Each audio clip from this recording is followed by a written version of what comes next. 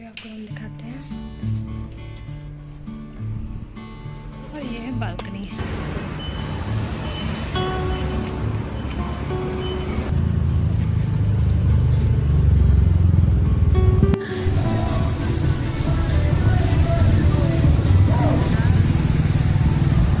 Welcome परिवार, कैसे हैं आप सब? होपफुली आप सब लोग अच्छे होंगे। इस समय हम हैं थाईलैंड में, फुकेट में। और मैं आपको बता देती हूँ, अगर आप थाईलैंड जाने का प्लान कर रहे हैं तो मेरे व्लॉग्स फॉलो करिए, क्योंकि मैं आपको A to Z चीज़ें बताऊँगी जो कि आपको किसी और व्लॉग में नहीं पता चलेगी। आज के वीडियो में मैं आपको यहाँ के खूबसूरत रास्ते दिखाने वाली हूँ फुकेट के, और साथ ही साथ हम जहाँ पे रह रहे हैं, जहाँ जिस होटल में रह रहे हैं वो होटल दिखाऊंगी, और हमने गाड़ी हायर करी थी वो भी दिखाऊंगी। और फिर हम जाएंगे पटोंग बीच पे और बंगला मार्केट की तरफ। थाईलैंड जाने का प्लान कर रहे हैं तो दो तरीके हैं, या तो आप पैकेज ले लीजिए जिसमें आपके रहने का, यहाँ पे टूर का, सब चीज़ों का पैकेज मिलेगा और आपको एक बड़ा सा अमाउंट पे करना पड़ेगा, या फिर आप खुद बुक कर सकते हैं और अपनी ट्रिप खुद ही प्लान करके कम पैसों में एंजॉय कर सकते हैं। तो अगर आप अपनी ट्रिप खुद प्लान कर रहे हैं तो मैं आपको बता देती हूँ। सबसे पहले आप फ़्लाइट बुक कर लीजिए, आने जाने दोनों की। जितना पहले आप फ़्लाइट बुक करेंगे उतनी ही सस्ती आपको फ़्लाइट मिलेगी। और मैं आपको एक चीज़ और बता दूँ, आप कई सारी वेबसाइट पे चेक कर लीजिए, तब जाके फ़्लाइट बुक करिएगा। स्काई स्कैनर पे देख सकते हैं आप। फिर आपको होटल बुक करना है। सबसे पहले आपको डिसाइड करना पड़ेगा कि आपको थाईलैंड में कहाँ जाना है। हमने डिसाइड किया था फुकेट और क्राबी जाने का, और रिटर्न हमने प्लान किया था बैंकॉक से। तो हम लोग एक दिन बैंकॉक में रुके थे। तो आपको अपने हिसाब से डिसाइड करना पड़ेगा। अगर आप फुकेट आ रहे हैं और फुकेट से ही रिटर्न चाहते हैं तो क्राबी भी आप घूम सकते हैं बस के थ्रू। और लेकिन अगर आप बैंकॉक जाना चाहेंगे तो आपको सजेस्ट करूँगी, जैसे हमने किया था कि फ़्लाइट वहाँ से, रिटर्न फ़्लाइट वहाँ से ली थी, तो फिर आपको फुकेट से या फिर क्राबी से फ़्लाइट भी लेनी पड़ेगी बैंकॉक के लिए, क्योंकि बैंकॉक थोड़ा सा दूर है। मुझे बैंकॉक उतना अच्छा नहीं लगा था क्योंकि वहाँ पे कोई सीनिक व्यूज़ नहीं थे। तो हो सकता है आपको पसंद आए। अगर आपको मॉल वगैरह ज़्यादा पसंद है तो आपको बैंकॉक पसंद आएगा। फ़्लाइट बुक करने के बाद अब आती है होटल की बारी। तो आप booking.com पे चेक कर सकते हैं या फिर अगोडा पे चेक कर सकते हैं। एक चीज़ ध्यान रखिएगा, जब भी होटल आप कोई बुक करना चाहें उससे पहले रिव्यूज़ चेक कर लीजिए।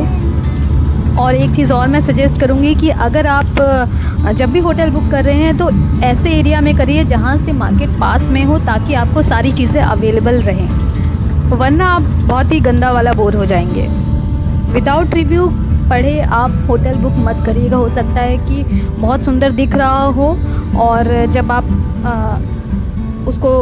पहुँचे तो पता चले कि एक तो मेन एरिया से बहुत ज़्यादा दूर हो, और हो सकता है कि फ़ोटो में अच्छा लग रहा हो, सामने अच्छा ना हो। तो इसलिए रीसेंट जो लेटेस्ट रिव्यूज़ होंगे वो पढ़िएगा ज़रूर जाने से पहले, बुक करने से पहले। बाकी मैंने पिछले व्लॉग में आपको बताया ही है कि अगर आप प्लानिंग कर रहे हैं थाईलैंड जाने की तो आपको किस किस चीज़ों की ज़रूरत है। प्लेलिस्ट में जाके चेक कर लीजिए थाईलैंड सीरीज़ का। कपड़ों के बारे में बात कर लेते हैं। यहाँ पे काफ़ी गर्मी रहती है, बीच वाला एरिया है, तो कपड़े उसी के अकॉर्डिंग रखिएगा। सनस्क्रीन लाना मत भूलिएगा, चश्मा लाना मत भूलिएगा और हैट लाना मत भूलिएगा। चाहे तो आप यहाँ से भी ख़रीद सकते हैं, यहाँ पे भी काफ़ी सस्ती चीज़ें मिल जाती है, इंडिया के जैसा ही है। लेकिन हाँ, आपको हो सकता है कि कुछ कुछ जगह पे महंगा लगे। वेजिटेरियन है तो मैं आपको पहले से बता दे रही हूँ कि ढेर सारा आप नमकीन और जो भी आपको लगता है खाया जा सकता है वो रख लीजिए, क्योंकि यहाँ पर अगर आप फ्रेंच फ्राइज़ भी खाने जाएंगे तो वो फ़िश ऑयल में तला रहता है मोस्टली जगहों पे। मेरे ख्याल से 1 और 2% ऐसी जगह होंगी जहाँ पे आपको कोकोनट ऑयल में फ्रेंच फ्राइज़ तले हुए मिलेंगे, अदरवाइज़ आपको फ़िश ऑयल में मिलेगा। मेन एरिया के पास में रुकने के लिए इसलिए मैंने कहा क्योंकि आपको खाने में दिक्कत नहीं होगी। इंडियन रेस्टोरेंट काफ़ी मिल जाएंगे आपको मेन एरिया में, वहाँ पे आप खाना खा सकते हैं। बीच साइड में जब जाएंगे तब आपको कुछ नहीं मिलेगा। हाँ, फ्रूट्स वगैरह पे अगर आप रह सकते हैं, वेजिटेरियन अगर हैं तो फ्रूट्स वगैरह पे रह सकते हैं। तो इसलिए मैं कह रही हूँ स्नैक्स ले जाना बिल्कुल ना भूलें। तो अगर आप फुकेट आ रहे हैं, फुकेट इंटरनेशनल एयरपोर्ट से आप डोमेस्टिक की तरफ चले जाइए और वहीं पर आगे आपको बस स्टैंड मिल जाएगा। वहाँ से आप बस लेकर 100 बात में बस लेकर आप अपने डेस्टिनेशन पे पहुँच सकते हैं। हम लोग रुके थे पटोंग बीच के पास में, हमारे होटल से कम मेरे ख्याल से 1 किलोमीटर भी दूर नहीं होगा। पटोंग बीच के पास में ही बंगला मार्केट है और पूरी मार्केट है। आप वहाँ घूम सकते हैं, खा पी सकते हैं, शॉपिंग कर सकते हैं। इसके बाद आइलैंड टूर कर सकते हैं, वो उसके बारे में मैं आपको आगे वाली वीडियो में बताऊंगी। लोकल में घूमने के लिए आप स्कूटी ले सकते हैं। स्कूटी मतलब यहाँ पे बाइक मिलती है, स्कूटी का कोई कल्चर नहीं है। या फिर कार लेना चाहें तो कार ले सकते हैं, लेकिन कार ज़्यादा दूरी के लिए ही लें, आसपास के लिए स्कूटी ही लें, क्योंकि कोई फ़ायदा नहीं होगा, आपको गाड़ी खड़ी करनी पड़ेगी, क्योंकि मोस्टली टूरिस्ट आपको रोड पर ही दिखेंगे। स्कूटी आपको 200 से 250 बात में मिलेगी। और यहाँ पे एक कल्चर और है कि जो फैशनेबल बाइक होती हैं, मोटो बाइक, सुपर बाइक, वो आप ले सकते हैं, लेकिन उसके ज़्यादा चार्जेस लगेंगे। लेकिन हाँ, आपको ध्यान रखना है, अगर आपको गाड़ी अच्छे से चलानी नहीं आती तो बहुत केयरफुली चलाना है, क्योंकि वो आपसे पूरा गाड़ी का अमाउंट मांग लेंगे। दूसरी कंट्री है तो आपको ध्यान रखना है कि यहाँ की पुलिस जो होती है वो मोस्टली टूरिस्ट के पीछे पड़ी रहती है कि कहाँ एक भी गलती आप करो और फटाक से आपको 1000-2000 बात देना पड़ सकता है। यहाँ पे हर जगह कैश में ही डील होता है। अगर आप कार्ड यूज़ करोगे, कार्ड कम ही जगह यूज़ होता है, कार्ड यूज़ करोगे तो आप 3% आपको टैक्स देना पड़ेगा। तो इसीलिए आप इनफ कैश लेकर जाइएगा। और यहाँ पे एटीएम मशीन भी होती है जहाँ से आप निकाल सकते हैं, लेकिन उसके अलग चार्जेस पड़ते हैं, क्योंकि जब वहाँ आप एटीएम से कैश निकालेंगे तो सिर्फ 220 बात लोकल एटीएम ले लेगा, लोकल बैंक ले लेगा, और उसके अलावा आपका जो बैंक होगा, इंडियन बैंक जो होगा, वो भी अपना चार्ज मारेगा। तो मान लीजिए अगर आप सोच रहे हैं कि 200 बात निकाल लेता हूँ, तो आपका चार्ज लग जाएगा उतना ही, बहुत ज़्यादा चार्ज लग जाएगा। लास्ट डे पंकज ने निकाले थे 200 बात, लेकिन उसके अकाउंट से 1900 रुपये कट गए थे। तो आप अंदाज़ा लगा लीजिए कितना महंगा पड़ सकता है, इसीलिए इनफ कैश कैरी करिएगा। तो फुकेट में अगर आप आ रहे हैं तो पटोंग बीच के पास में रुकिएगा। वो पूरा अच्छा खासा शहर है। आपको मोस्टली टूरिस्ट आपको फुकेट पटोंग बीच के आसपास दिख जाएंगे। यहाँ आते हैं तो बंगला मार्केट जाना मत भूलिएगा। बंगला मार्केट एक स्ट्रीट है जहाँ पे दोनों साइड रेस्टोरेंट, बार हैं, क्लब हैं। वहाँ पे आपको थोड़ा अलग एक्सपीरियंस होगा। खाने पीने के साथ साथ लोग डांस वांस भी कर रहे होते हैं। जिस तरीके से किसी क्लब में आप एंटर करते हैं, आपको जैसे ही आप स्ट्रीट पे एंटर करेंगे तो आपको लगेगा किसी क्लब में आप एंटर कर चुके हैं। तो अगर आप थोड़ा बहुत कम खर्चा करना चाहते तो 7-Eleven करके स्टोर रहता है हर जगह, सुपरमार्केट है ये। तो 7-Eleven पे जाइए, आपको सारी चीज़ें मिल जाएंगी खाने पीने की। पानी आपको ख़रीदना पड़ेगा। यहाँ पे वही यूरोपियन कल्चर है कि पानी आपको ख़रीदना पड़ेगा, इंडिया की तरह नहीं कि कहीं पे भी मिल जाएगा। तो ज़्यादा महंगा नहीं, 15 या 20 बात का मिलता है पानी। नॉन वेजिटेरियन है तो आपको सुपरमार्केट में 7-Eleven में काफ़ी खाने पीने की चीज़ें मिल जाएंगी ट्राई करने के लिए। जैसे स्नैक्स वगैरह में काफ़ी आप एक्सप्लोर कर सकते हो, बहुत सारी चीज़ें मिल सकती हैं नॉन वेज के अकॉर्डिंग। वेजिटेरियन लोगों के लिए मैं बता दूं, 7-Eleven में आपको कुछ नहीं मिलने वाला सिवाय फ्रूट्स के और पानी के। नॉन वेजिटेरियन है तो पटोंग बीच के पास में ही कई सारी मार्केट है जहाँ पे आप लोकल फूड खा सकते हैं। फ़िश पसंद है, फ़िश में बहुत सारी वैरायटीज़ मिल जाएंगी। या फिर आपको कुछ अलग एक्सप्लोर करना है नॉन वेज में, तो वहाँ पे कॉकरोच वगैरह भी मिलते हैं खाने के लिए। कॉकरोच, मकड़ी, केकड़ा बहुत सारी चीज़ें मिलती हैं। किसी किसी जगह पर आपको मगरमच्छ भी खाने को मिल सकता है।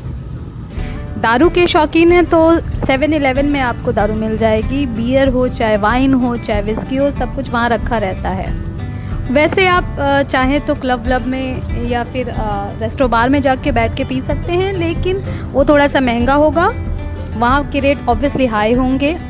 यहाँ पर 7-Eleven में ही सामने आपको सारी चीज़ें एक साथ मिल जाएंगी, एक जगह पे सारी चीज़ें। यहाँ पर आते हैं तो मैं बता दूँ, यहाँ पे फ्रूट्स बहुत अच्छे मिलते हैं, फ्रूट्स ट्राई कर सकते हैं यहाँ पे। यहाँ पे मैंगो स्टिकी राइस मिलता है, वो ज़रूर खाना मत भूलिएगा, बहुत टेस्टी होता है।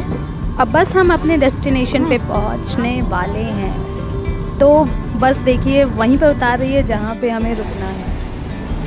तो ये है हमारी बस, अब हम इसको बाय बाय कर देते हैं और चलिए चलते हैं होटल की तरफ, जो कि सामने ही है। खाते हैं।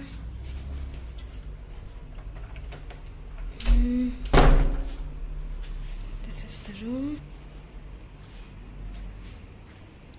बेड है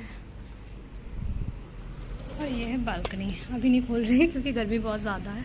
और सामने का ये व्यू है, नीचे मार्केट है, रेस्टोरेंट है, पूरा एरिया काफ़ी अच्छा है एक्चुअली।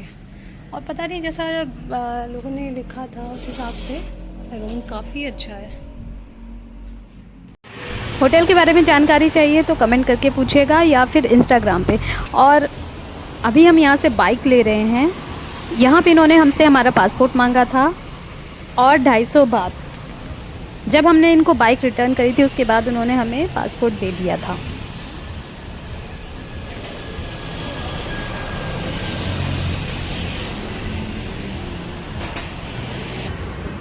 बाइक की वीडियो ये लोग बनाते हैं ताकि पता चल सके कि कोई स्क्रैच वगैरह तो नहीं आया है, तो मैंने भी अपनी तरफ से बाइक की वीडियो बना ली थी। अच्छी बात यह है कि रोड खाली है। बाइक लेके हम निकल चुके हैं पटोंग बीच की तरफ, जो कि ज़्यादा दूर नहीं है। भूख भी लग रही है तो चल के कहीं पे कुछ खाया पिया जाए। दूसरी कंट्री में है, रूल्स फॉलो करिएगा, हेलमेट पहनना ज़रूरी है दोनों लोगों को, साथ ही 1 वे 2 वे का ध्यान तो बहुत ही अच्छे से दीजिएगा। यहाँ का टेम्परेचर 35 डिग्री होगा, जो कि आपको काफ़ी गर्म लगेगा। 35 होगा लेकिन फील होगा कि आपको 40 सीधा डिग्री ही है, है। बस यहीं पे ख़त्म कर। ये है 7-Eleven स्टोर, जो कि मैंने आपको बताया था, ऐसे बहुत सारे होंगे। 7-Eleven के जस्ट सामने है पटोंग बीच, वहाँ दूर तक आप जा सकते हैं। वो जो साइड दिख रहा है वो काफ़ी मेन एरिया है।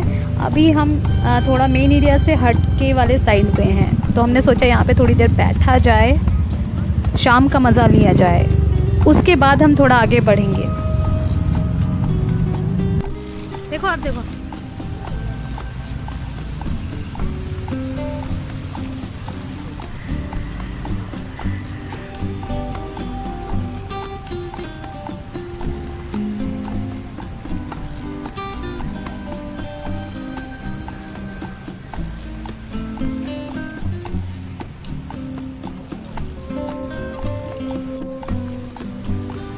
तो यहाँ काफ़ी नाव वाव भी चल रही है, लोग बहुत सारी एक्टिविटी भी कर रहे हैं, आप कर सकते हैं दिन में आके। हम तो बस थोड़ा देर रिलैक्स कर रहे थे, बीच को निहार रहे थे। यहाँ पर ठेले का कल्चर नहीं है, यहाँ पे बाइक से जुड़ा हुआ ठेला होता है जिसको लेकर दुकानदार कहीं पे भी जा सकता है। आई थिंक इंडिया में भी होना चाहिए। पटोंग भी जहाँ लिखा हुआ दिख जाए वहीं पार्क कर दीजिएगा गाड़ी, क्योंकि राइट में बंगला मार्केट है, मार्केट में घूम लीजिएगा। उससे आगे 1 वे है जिसका आइडिया आपको नहीं लग पाएगा। सिर्फ हम ही नहीं हैं, और भी हैं लोग हैं जिनके साथ ये चीज़ हुई है। बहुत हरामी पुलिस वाले होते हैं। मैं सच में गाली आ रही है।